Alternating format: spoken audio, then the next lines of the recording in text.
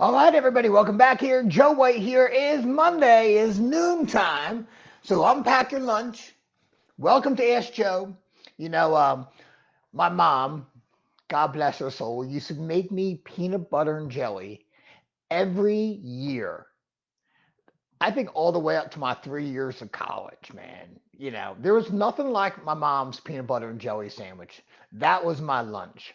And I've tried to make my own peanut butter and jelly sandwiches, and they're damn good, but they're not like Babs White. So, welcome everybody. Alanka is on. We do this each and every Monday at noon. We call this Ask Joe. It's on the spot coaching. How cool is that, right? Your opportunity to jump in. You can ask questions right through the comment section, or you can be anonymous and send it through Messenger, or you can just be a fly on the wall and just hang out and hear what I have to say and comment. But make sure you stop in and say hi. Um, we always provide a link, and that's how we get a lot of our questions from, for people kind of ask questions throughout the week.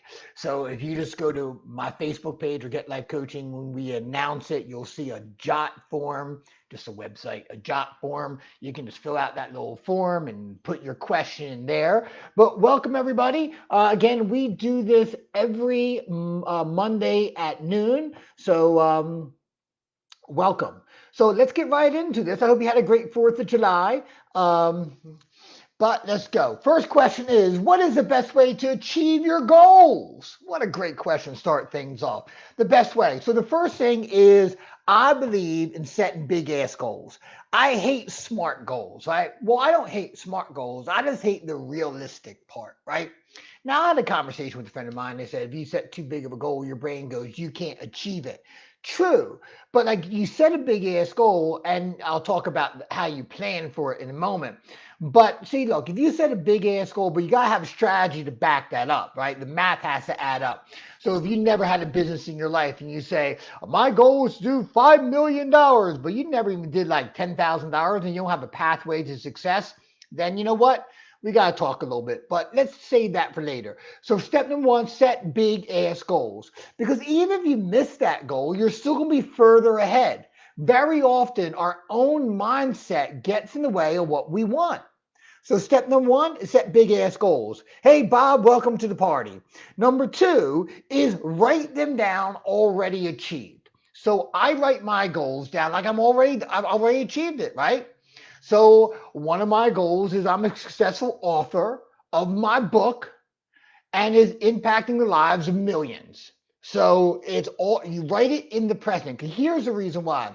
Because your subconscious mind, that controls 90% of everything you do, does not know the difference between what's real and fake. All it knows is what it is programmed and what it hears consistently. So if you tell your brain that you've already achieved that goal, then tries to figure out, well, how did I do it? Versus I want something, how do I get there? Which presupposes you may get there or you may not get there. Okay, so write out your goals like you already achieved them. Julia, hola. Number three is write them down every morning and every evening. I talk about this a lot. I don't even know if I have my book here with me. I probably left it at my home. But I have a book by my bed. Every morning I write down my top five goals. Every night my top five goals. I don't change them. I don't alter them. I just write them down. Why? Because there's a part of your brain called your RAS, reticular activating system. It's kind of like in the back near the limbic brain system. And what that RAS does, it's a part of your brain that it's a conscious part of your brain that tells your subconscious mind what to focus on. Okay. So in other words, it works, subconscious and conscious works together and points out things that are relevant to you. So if you buy a new car, you see that car everywhere. If you buy something and you see that you might switch from Android to iPhone, and you see everybody with an iPhone. Before you saw everybody with an Android. So what it does when you write it down every day, it programs your mind um, how to your brain in the background start to figure it out. It becomes more relevant to you. Most people set a goal and don't look at it for another year. Bob writes, my dad always taught me to set short-term goals, write them down where you want to be in the year. I like that, Bob. What I usually do with my clients is I find the next biggest birthday. So I'm 53, my goals are set for 60. Okay, because 5-year goal, 10-year goals, there's no emotional attachment to that. But I have emotional attachment to 60. Then I chunk it down to where I want to be at in what it's 50 7 years. So I would do my where I want to be in 7 years, 5 years, 3 years, 2 years, and 1 year. So I'll break that down too. 1 year goals are excellent, very good, especially if they're part of a bigger stack that will get you to a big birthday. Number four, right? After you write them down every morning and evening, create a plan and follow the plan. So there are two types of people. Some people don't create a plan and just kind of buckshot through it, and that's inefficient. Other people love making the plan, they color code everything, but they don't follow it through. Make a plan and follow it through. Get this, if you can't measure it, you can't manage it. So if you're in business, you got to know your numbers. If you're in sales, you got to know your closing ratios. If you're in health, you got to step on a scale. You got to measure what you eat if that's a part of your eating plan.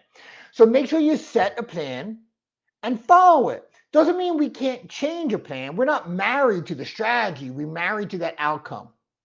Number five, I think is probably the most essential. You can skip all other steps and still get there. It might take you longer, right? It might cost you more time, money, energy, resources, but you'll still get there. And that is massive, consistent, persistent action.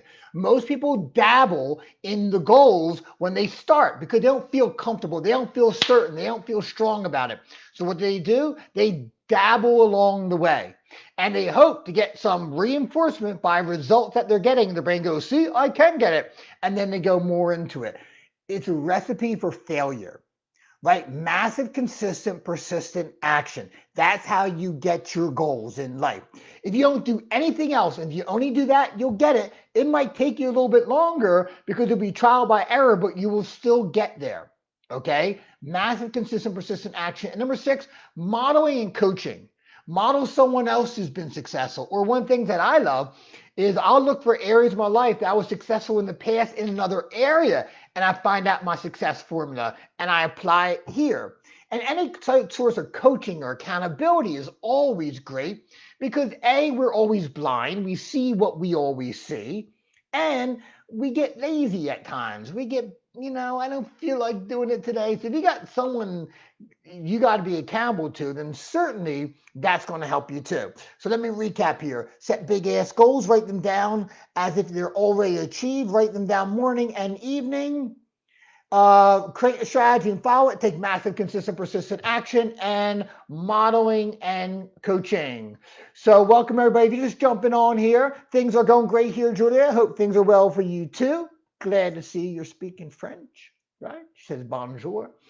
We do this every Monday. This is Ask Joe. You can drop your questions in the comment section. You can send me a Facebook message, and we can certainly respond that way. Or you can just listen and learn. And you can post your comments. Make sure you say hi when you stop in here. We do this every Monday. So number two, should I handwrite my journal or use a computer? Is that okay? I got stacks. I don't have any around me. I love those marble covered, those catechisms. Remember we used to get for grade school, those hardcover marble type notebooks. So those things can go through a war and they still exist. They still stay together. The spiral stuff falls out. Now they got all these fancy journals and stuff like that. But back when I started, that was the best thing. And I loved, I used to do it all the time. And I think the best way is handwriting because it's a kinesthetic process, right? However, I probably for the last 4 years, I've switched to computer, right? So I'm trading off a little bit of that, you actually, it's that, again, that kinesthetic connection process. And what I do is I do a computer because here's what I found for me, right? I can only speak for me, is I don't know when I'm going to journal. I could be going to Jiffy Lube and get my oil change, and I want to journal at that point. If I don't have my journal book, it sucks. Then I got to write it in something and transfer it. So I have an app that's on my Windows, on Android, and Mac, right? Because I use, all different devices and different aspects of what I do. And so it's an app, it's universal, so I can literally journal at any time. And if you've been to one of my seminars, you probably will understand that Joe does not have the neatest penmanship, right? Which means when I go back and read it out of state, like when I'm in state, I can read it. When I'm out of state, I'm like, what did I write there, right? So I type it out. Okay. So I think in a perfect world, writing your journal, you're going to get more bang for your buck. Um, if you but for me, I like that computer. It actually slows down the process, which allows me to kind of think a little bit versus write. So it works well for me. My suggestion is try both. See what works for you, and certainly, and whichever one you like the best, just stay with it, right? So you're watching Ask Joe. We do this every Monday here at noon. Your opportunity to ask some questions. You can ask them in the comment section. You can message me if you want to remain anonymous. But here we go. Number three, what is the best way to overcome something I fear? Fear's interesting, right? We spend a whole day at Breaking Through the Barrier talking about fear, right? And I believe that the more we try to suppress something, the more it remains. There's an old saying, what you resist persists, right? So I think the best way through fear is just freaking do it, right? And like learn to train your nervous system. A long time ago, I started doing this thing called if I said the words I can't, that means I must, right? Oh, I can't do this. I can't do that. Because I would hesitate. And you know that hesitation is the destroyer of motivation. Hesitation is the destroyer of motivation and drive. If you've ever been pumped up about something and you hesitate it, enough time in hesitation, you're no longer motivated to do it. You're motivated to walk away. And when if I know that about me, right? So I condition my nervous system. I used to hesitate on everything from asking a girl to dance at like the high school dances, asking for the sale, asking for what I want in life. I would just hesitate. So what I learned to do is when I say the words I can't, I automatically do it. Because A does two things. It gets you the result. And two, it trains your nervous system. And you got to do that with big stuff and small stuff, right? So I'll give you two quick examples. One small stuff was I'm at a restaurant and I didn't like my meal and I learned my mom just say nothing. But no, I'm like, I don't want to be that guy. I can't be that guy. I'm like, no, I can communicate respect with. I don't like that meal. I like to get something else, right? So in the scope of my life, that's not a big deal, but it is a big deal. The second time was I used to take groups of people skydiving back when I was a country DJ. If you see my Facebook, you've seen some pictures of that. Also, you've seen pictures of my film debut. I was seeing that over the weekend. I was in Frankenhooker. Did not realize it's a cult classic, but I was in Frankenhooker. There's pictures of that on my Facebook page too. Someone actually said, "Where are you, Joe White?" I'm the guy in the back stall with long hair smoking crack. Wasn't real crack, but anyway. Um, so when I took these groups of people skydiving, and we went out in different groups. So mine was one of the first groups. So we were already down on the ground, and there's this French fence line, and me and my friend were watching other skydivers go down. It was so cool seeing people go down by themselves. I think I had two skydives, all tandem so far. And tandems when you're strapped to someone else's back and they're saving your life. Basically, what happens. So here I am, and I'm watching them, and I say to myself, that's so freaking cool. I don't know how you do that, man. I mean, that drop zone looks like that big from 13,500 feet, right? And it's huge, but it looks like that big. And how do you land yourself for something that big? I said, I don't think I could ever do that. And I stopped, and I said to myself, oh, crap. So I turned and started to walk to the office. And the guy was like, my friend was like, where are you going? I said, I got to sign up for skydiving lessons. He goes, why? I said, because I said I can't do it. Ended up signing up, become a licensed skydiver. Got like 57 jumps in. I haven't jumped in a long time by myself, but yeah, I'm still considered licensed. Just got to go for a refresher course. It was one of the most amazing things I did. So that and to be able to do that with that confidence and save my life that many times. So the best way to go through to handle your fear is go through it. The more you think about it, the more you hesitate, the worse it always going to get. So push through your fear and learn to condition your nervous system where that's who you are and that's what you do. Next one is you look great at 53. Thank you. What do you think is the best eating plan? Best eating plan. Um, Probably one of the most confusing conversations you can have out there, right? What's the best diet eating plan out there? Uh,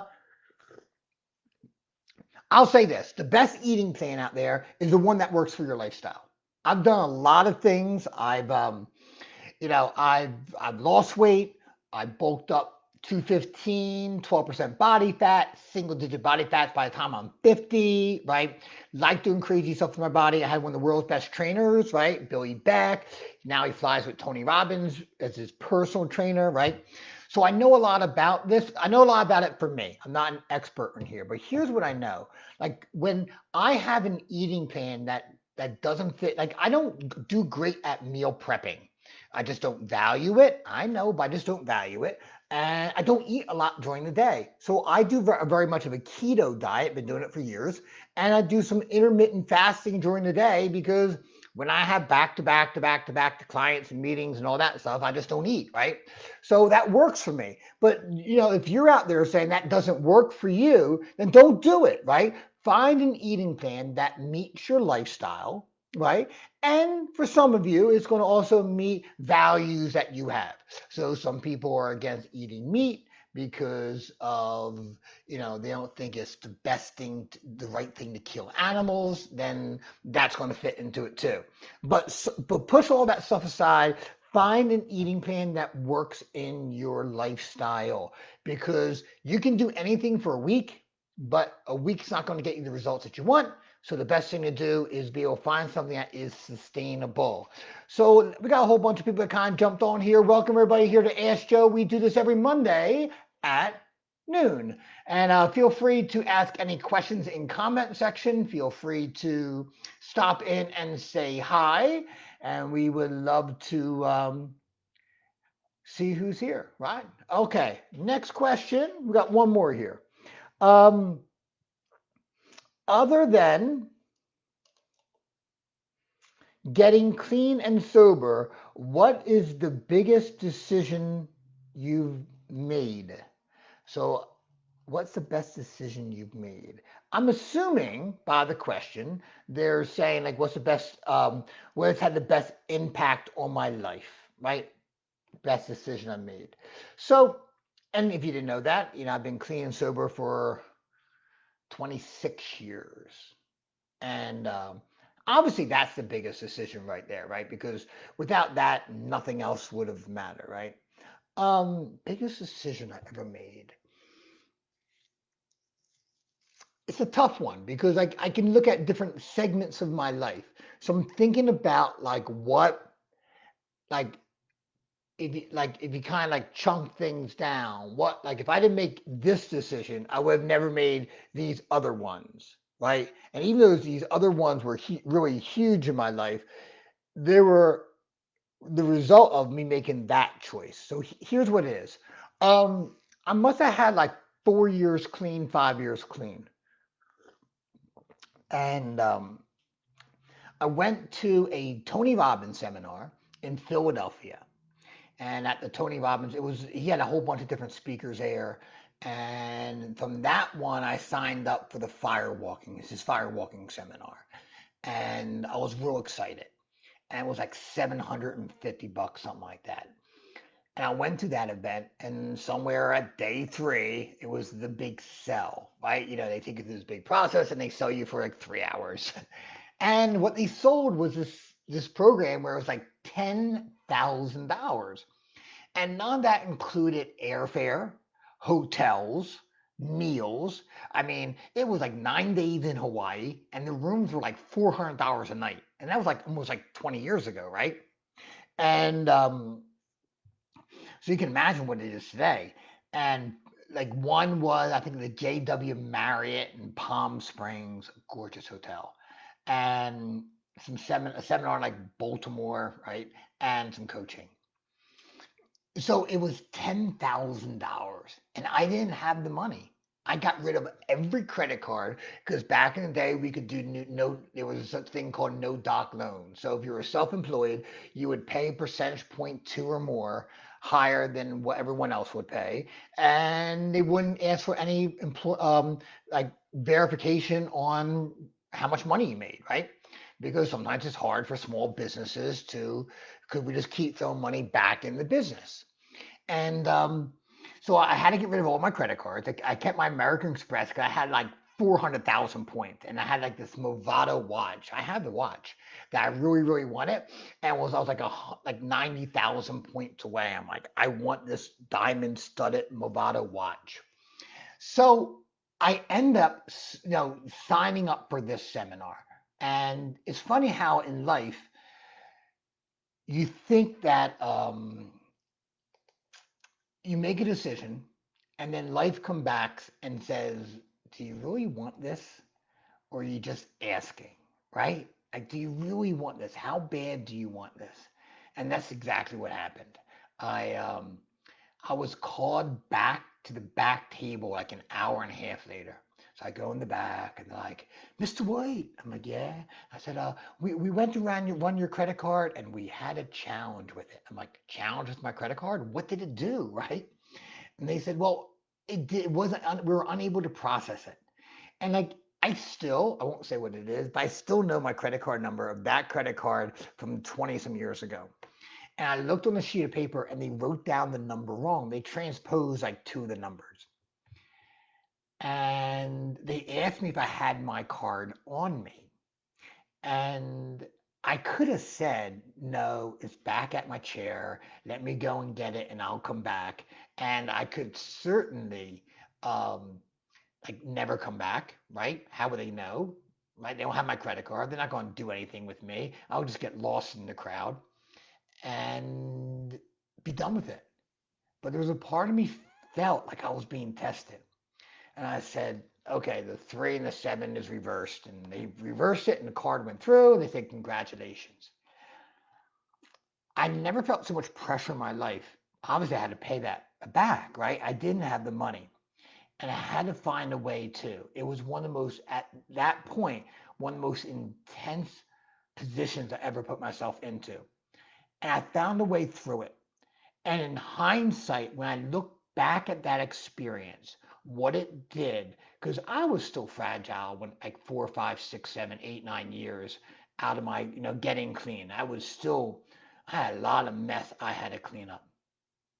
And the fact that I was willing to invest that amount of money that I didn't have in me in hopes I could make it back in time to pay the bill scared the shit out of me.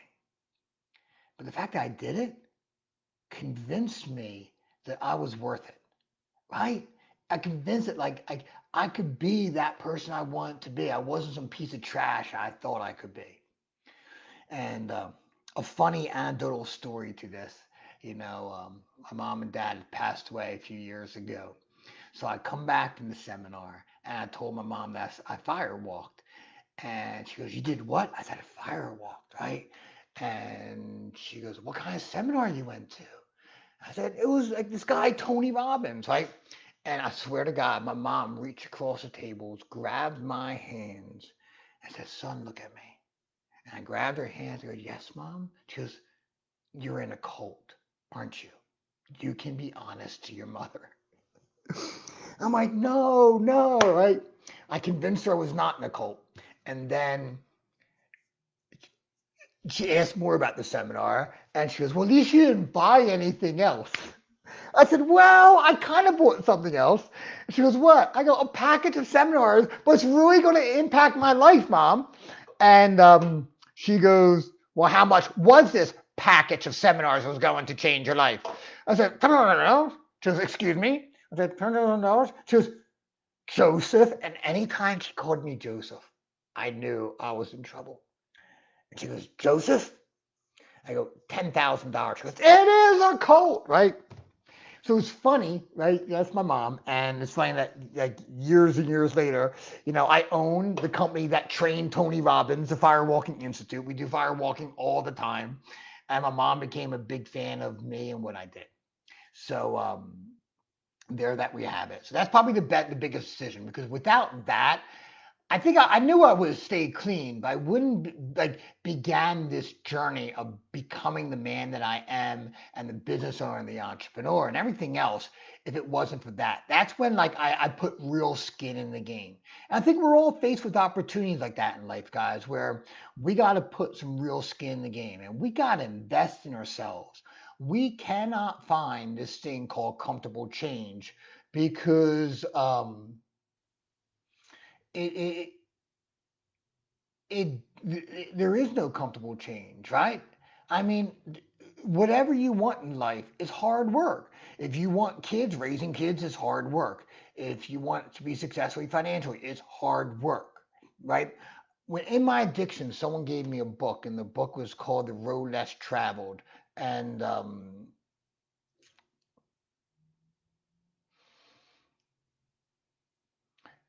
I'm sorry, just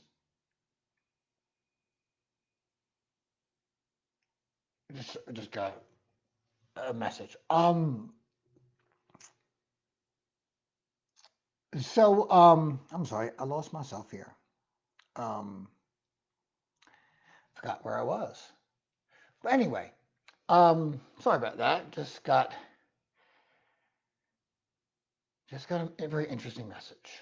Um, it's I get a lot of people who are addicted to drugs, alcohol, kind of sent to me one way or the other, and that's kind of was somebody who has to deal with something that wasn't foreseen. Um, but yeah, but that was like the biggest time in my life of making that decision for myself. I know I'll say it was hard, right? All of this is hard, right? Oh yeah, now I got it for real. So I was working at Sam Goodies, and a friend of mine, I was like in my early addiction. She gave me a book by M. Scott Peck called The Road Less Traveled. She goes, I think you need some help. This book helped me. It changed my life. It can change yours. And I remember getting home reading the book. I read the first sentence. That's all I got to the first sentence. And if you know the book, the first sentence of the book is that life is difficult. And once you realize that life is difficult, it becomes easy because you stop expecting it to be easy. I think everyone needs to read that book, right? And explains it, right? And I read the book years later. I'm like, oh, that's what it means, right? Because I read the first line, life is difficult. I threw it in the corner of my room and go, I don't need this book to tell me life is difficult. I know life is difficult. It is difficult. These are difficult times. It's difficult being a parent. It's difficult being in a relationship. It's difficult growing a business. All this shit's hard, guys, right? But just because it's hard doesn't mean it's impossible. It is these moments that causes us to grow in any area, and finding that spot and believing in ourselves enough to persevere, to push through, causes you to grow an enormous amount of emotional muscles. So that's my thought there. If there's any other final questions, please put them in there. Don't forget, everybody, we can do this every Monday at noon. I'm just going to put this in the comment section myself. If us we offer a complimentary coaching session if anyone out there is interested in kind of figuring out how to get where you want to go sooner, quicker, faster. That is the website. There we go, calljoewhite.com. You can go get life coaching, but this is easy peasy right there. If you've gotten value from this, the only thing I ask is if you share it, right? Because you never know, someone might hear something and it could impact their lives too. So I hope everyone out there have a great week. Thank you so much for joining me. And we'll be back here next Monday for another edition of Ask Joe. Thank you, everybody. And until then, rattle the cage. Bye-bye.